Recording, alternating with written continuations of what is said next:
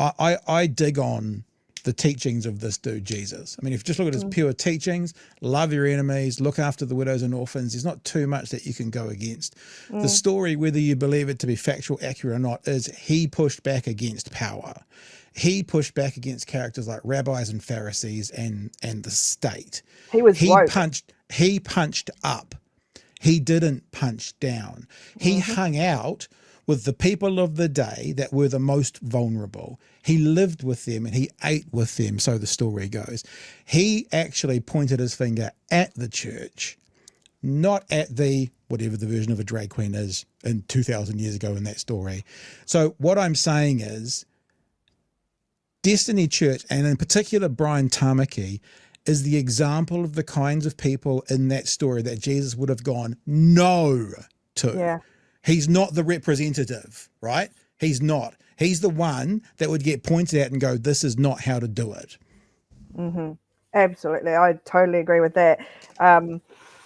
It's just, it's really baffling me, the whole thing. It saddens me because it's making people think that that's what religion is and that's what Christianity is and that's what the church is, but it's not.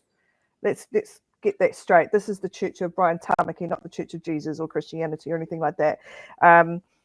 He's all about just being against anything that's popular. He needs to go against so he can stay in the media. I'd love to have a period of absolute silence where he is completely ignored. I don't know how that will ever work, but it would be amazing to see what happens to the poor guy.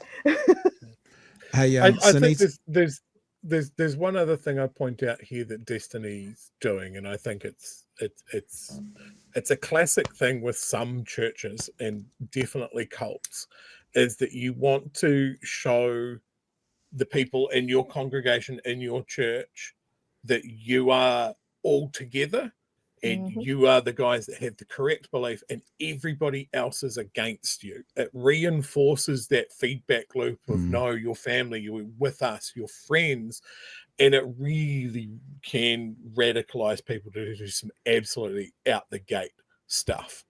So you're in this position where whatever you push back against Destiny, it'll reinforce their message. If you don't push back against Destiny, they feel emboldened. It is a lose-lose situation. So you can't think about Destiny. You have to think about their targets.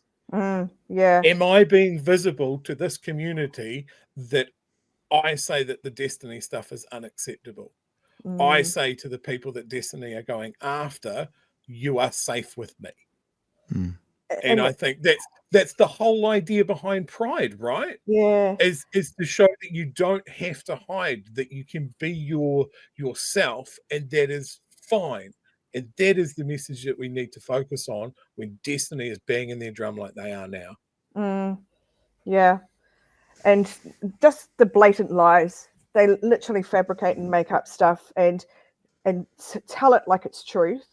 And that gets spread around and around and around. And it's absolutely ludicrous that people get sucked into that. But that's what brainwashing is. That's what finding someone who's charismatic and, he swears in his sermons. That's why I joined his church.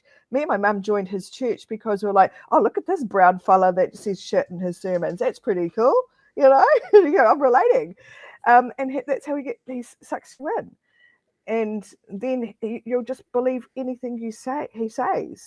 It's awful. It really is.